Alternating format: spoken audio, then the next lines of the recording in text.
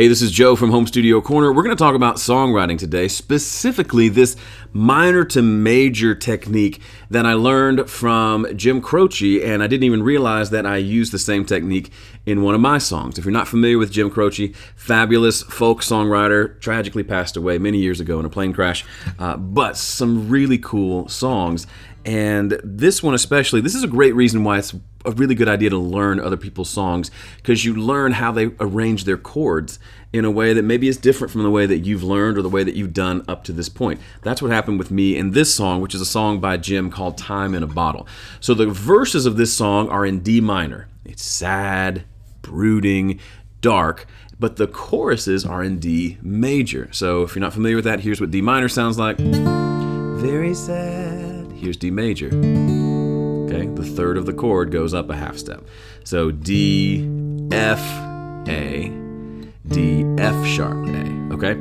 And the first note, the first chord of the verse is D minor, first chord of the chorus is D major. Without any transition, without like really doing anything but just shifting. And notice how the song shifts and goes from sad to happy with just a change of chords. Now, it's an obvious thing that minor is sad and major is happy, but you don't hear it a lot of times being done in this very just straightforward, let's go from minor to major way. So here's what it sounds like. If I could save time in a bottle,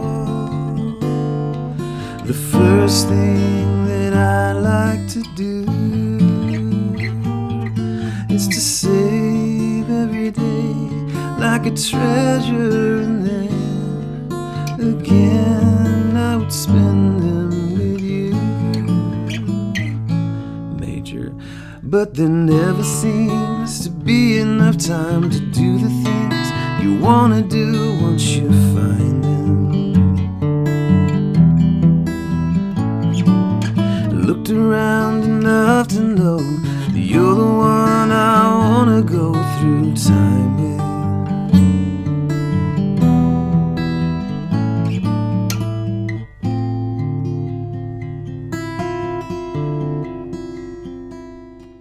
It's not subtle, it feels almost like two different songs, but somehow it works together.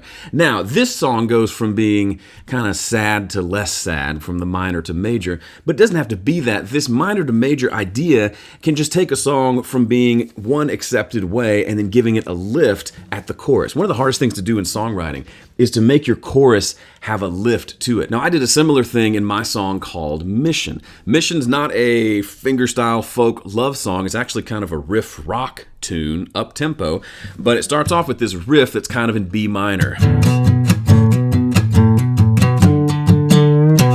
So it's got this minory blues scale pentatonic thing going on. So the verse is something like 30 years doing this same old thing, always wondering what's in it for me, what's in it for me. So that's kind of this, you get the idea. You've probably heard the song if you did my Mixed Together series, which is the song we mixed. Anyway, but the chorus, instead of sticking with that B minor thing, it goes to B major. So we're going from that D natural to that D sharp. Totally changes the vibe of the song, gives it that lift that we want, but it's not going from like mopey to less mopey. It's just going from one form of kind of riffy rock to a little more poppy sort of a sound in the chorus. So listen to the verse, and the pre-chorus is in this minory sort of thing, and the first chord of the chorus goes, I've got so much more to give than I could ever take. So it doesn't like go completely into B major, the key, but it borrows that for the first note of the chord to change things up. And we're singing that F sharp in the vocal, which helps emphasize the majorness of the chord. So here's the verse and chorus for that. 30 years doing this same old thing, always wondering what's in it for me, what's in it for me. Gotta know what's the ROI, gotta know if it's worth my time, oh my time. Always looking over my shoulder, always looking up that ladder.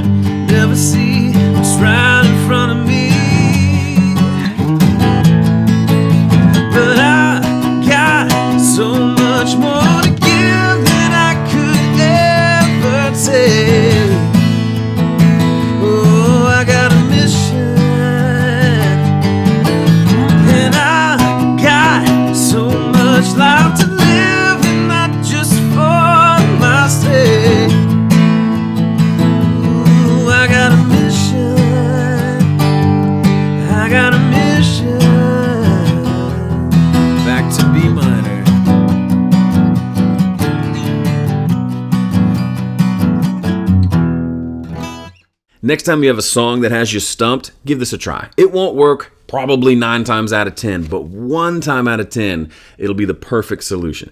I think I've only done this on 1 song in the last 50 songs I've released, so it's not something you want to overdo, but it's definitely a handy thing to have in your back pocket. Thanks for watching. I'm Joe from Home Studio Corner. If you haven't subscribed yet, please hit the subscribe button and check out the channel for a lot more fun music and audio stuff. See ya.